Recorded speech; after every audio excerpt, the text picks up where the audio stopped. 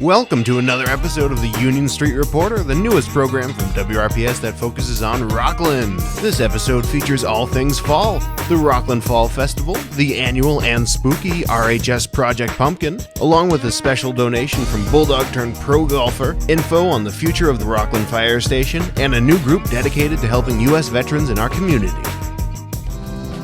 The leaves are changing color, and it means one thing: the fall season is in full swing. On Saturday, October 5th, Rockland Recreation put on the 4th annual Fall Festival in the center of town.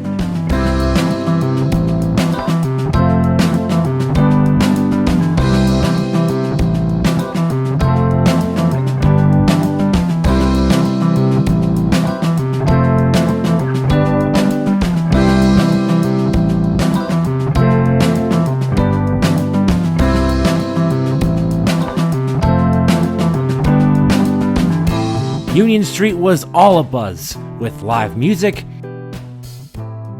vendors, artists, comfort dogs, and many other activities the whole family could enjoy. We come out every year for this and the stroll, just to give back to the community that we serve, really. It's a great thing to do with your family, and I see a lot of kids walking around together. It's just nice, fun, doesn't cost anything to enjoy a good day. It's just a town giving back to its people. I love it.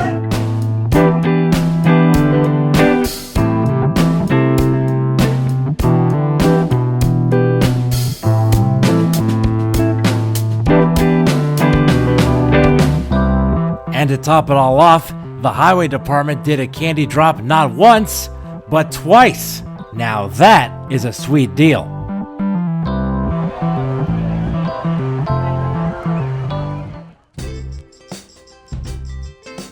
On Friday, September 6th, Rockland High School became the proud owner of a new, custom golf cart courtesy of class of 2015 graduate and professional golfer Megan Kang.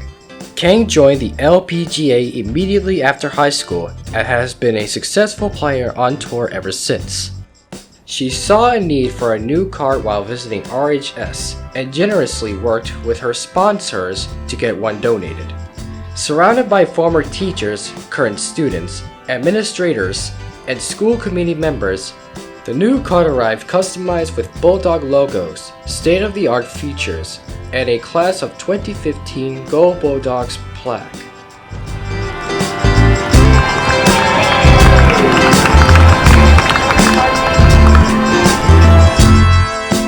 The car will be used by the athletic department, but also for graduation and other special events. In 2023, she secured her first LPGA Tour victory at the CPKC Women's Open in Canada. She was able to deliver the cart while home in between tournaments. You're all gonna laugh, but I have to do this after you guys all leave too for all my own Before hosting the FM Championship in Norton on Labor Day weekend, the first time the LPGA had a tournament in the Boston area, Kang was able to throw out the first pitch at the Boston Red Sox game. Kang is competing in her 4th Solheim Cup as a member of Team USA, having represented the US in the 2019, 2021, and 2023 tournaments. The rest of her season will be spent traveling to Asia and other parts of the United States before taking some time off for the holidays. Last year, senior Bulldog Ben Carpini interviewed Megan here at the WRPS studio. That video can be found on our YouTube channel. She just won her first LPGA tour ever. Megan, I'm really glad to have you on the show. It's really an honor. Honestly, Ben, coming back to Rockland High School, it's bringing back all the memories. I don't know, some good, some bad. Just kidding, all good. But no, happy to be here. Thanks for having me. Yeah, of course, it is an honor to have you. So I just have a few questions, just kind of a standard interview, and we'll see how it goes from there. My first question, I can certainly say that Rockland is very proud to, say that you're from Rockland and that you're Rockland High School alumni. And I wanted to ask, is there anything specific about like the Rockland culture, the Bulldog culture, that helped you develop into the athlete and the person that you've become today? No comment. No comment? No. No, I wanted to see what your reaction was going to be. Honestly, there's a ton of like Bulldog pride, and I think you know, especially growing up here and going to the sporting events and having like friends that were on the sports team, you know, you could really see that like we all like kind of bled blue out there. And so that kind of helped me like motivate myself to be better for myself in my own sport. On behalf of Rockland Bulldogs everywhere, thank you, Megan.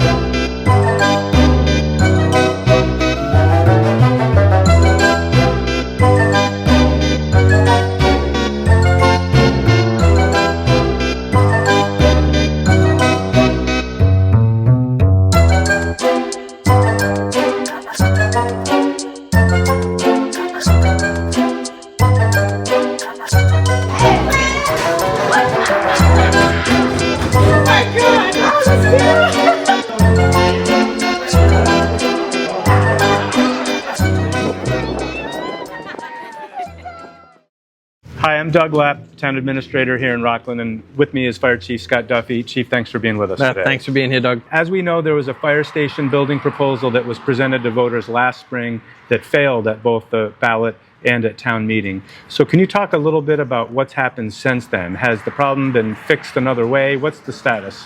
Yeah, I mean, the status remains unchanged. We still have the issues with, the station in the storage areas within it are just too small for a modern day fire station.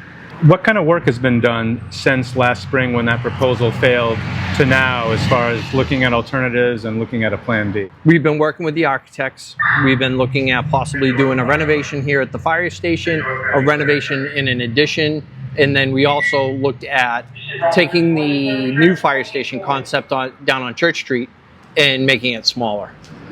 And so the select board received a presentation from the building committee and the architect that went through all those other options, but focused on the preferred option, which again, it's a new station at the old Lincoln School on Church Street.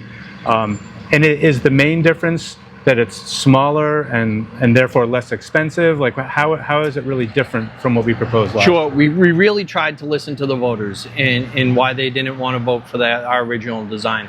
We took what we heard, we made a smaller station, more economical, and more feasible for the voters of town. That makes sense. So we're doing this today on Halloween, and the next vote on this project won't be until next spring in April and May. So between now and then, how are voters going to be able to learn more about this project? Sure, we're going to get out there. We're going to really market this. We plan on doing outreach meetings. The high school, hopefully here at the fire station, where we can incorporate tours, and then also, we'll go wherever. We'll take it on the road. So if any, voter groups or neighborhoods want us to come present, we're more than happy to do that. That's great. Thank you very much, Chief. And again, there's going to be much more to come on this topic, which will be voted next spring in April and May of 25. So on behalf of the Chief and myself, thank you very much for listening.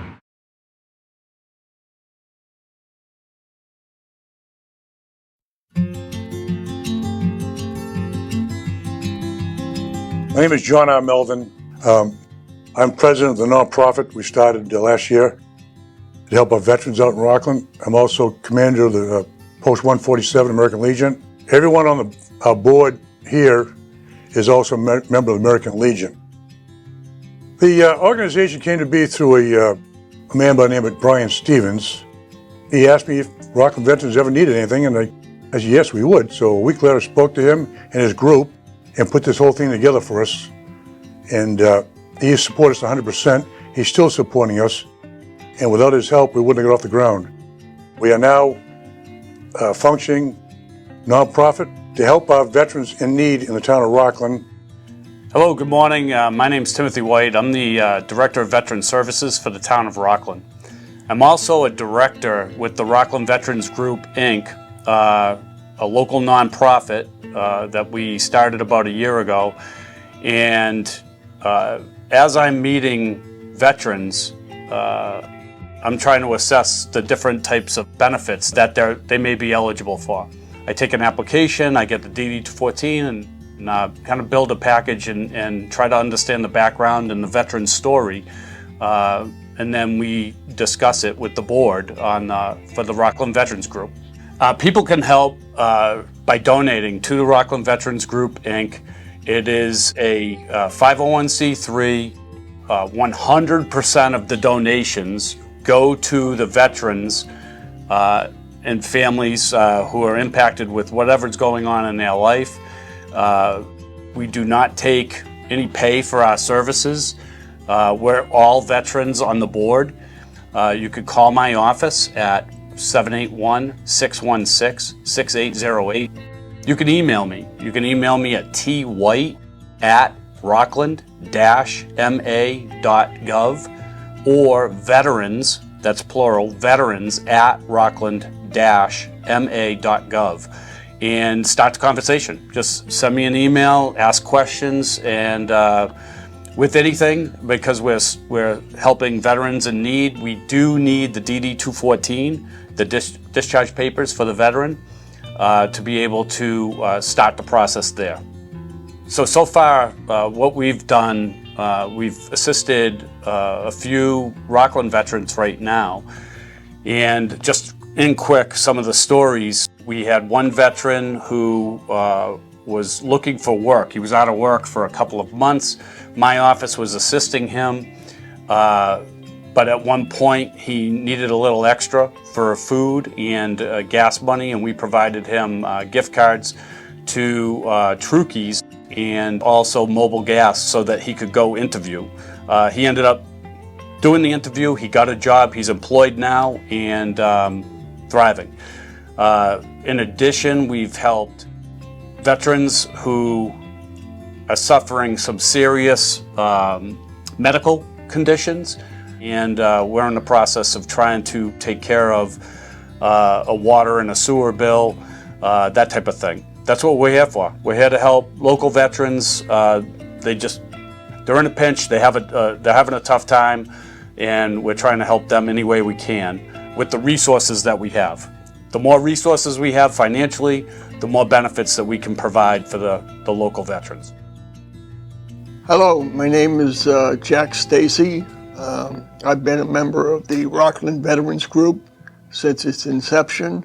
The group itself and my role in it is to support our veterans, not only in the town of Rockland, in the surrounding towns, Abington, Whitman, Norwell, whoever needs something, basically on the South Shore. If the need is great enough, we'll help them. Our ultimate goal is to help as many veterans as possible in the short term and the long term. Hopefully, we'll have enough support behind us that we'll be able to do this. Hi, my name is Dick Laria. I'm a U.S. Air Force veteran. I am the secretary of the Rockland Veterans Group. I think that this group is unique in Massachusetts. I don't think there's anything like it. What I think we should do is to get the word out to family members especially, because a lot of veterans are too proud to ask for help. We will give help to anybody, any veteran that needs it. We're all veterans. I'm in the Legion, Post 147. Everybody in the Rockland Veterans Group is a veteran. So we understand what veterans go through. We're here for them, and whatever they need, even if they're too proud to ask, we will supply it for them. And we've done a lot already, and I think veterans deserve it. People don't understand what a lot of these guys went through. A couple years down the road, I see this group growing tremendously, helping all veterans in need.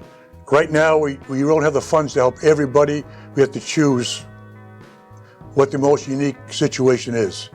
I would like to come to a time where we can say, okay, we can help these 10 veterans here that are really unique situation. Someone who's suffering from post-traumatic stress syndrome and can't work. Someone who was wounded in war, injured while on duty. We're here to service our veterans, to make sure you get to your appointment at the VA on time and be treated respectfully. The van that we have, we got from Mr. Stevens. This was set up to take our veterans to their homes and surrounding it, Rockland, to Jamaica Plain, West Roxbury, or Brockton VA Hospital. To Brian Stevens, he paid the whole bill. To Tiny & Sons Glass Company, he paid to have the whole thing wrapped with a flag. And on the back of the van, you'll see this van donated by the Stevens Family Foundation. Mr. Stevens is very local and a supporter of the Rockland veterans. He's come to help us in more ways than people can realize. And he's very proud to call him a friend. I'm a veteran myself. I don't consider myself a hero veteran like the boys here. These guys saw a lot of action. They risked their lives and limbs for us. I don't want to get misty on this, all right? But these gentlemen didn't come looking for the world. They said, we have guys that need to go to their medical. And so, what do you need? And he's like, a van. And I'm like, a van? So we did the whole thing. And he was nice enough to put courtesy of the Stevens Family Foundation on it. I just have very, very big dreams, but they all end up with 501c being assisted hugely. If you'd like to send some money to our organization, you can send it to the Rockland Veterans Group. It's at P.O. Box 261, Rockland, Mass. 02370. Also, we do take in used wheelchairs, scooters, to give out, refurbish and give out to our veterans who are not fully vested yet with the VA to make their life easier. We give out ramps. We get those for nothing from other people. And then we have an organization will put them in to help our veterans. So with your help, and I hope you can open your heart, Rockland and surrounding towns, and contribute to our nonprofit. And we will give you all the paperwork necessary to turn into for your taxes. Again, my name is John Melvin. You can call me at 781-424-1950. My email is jrmford42@hotmail.com. And right now I'm asking for everyone's help. Like Dick and the rest of the people have said, we help all the surrounding towns here, not just Rockland. Any veteran in need, we are here to help them. We know what it's like to be in a war zone. We know what it's like for some of these guys coming back. So this is unique to Rockland. It's never been done before. And I hope we can all move forward. We can all work as one unit to help our veterans in need. And I thank you in advance. Thank you.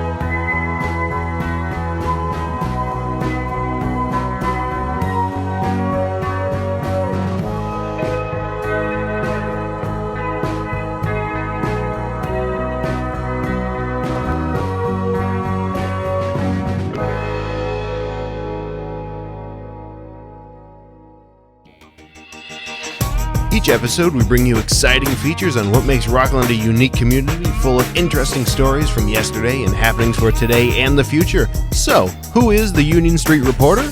It's about to be revealed, so stay tuned to future episodes. The Union Street Reporter, Rockland's own TV show, brought to you by WRPS TV.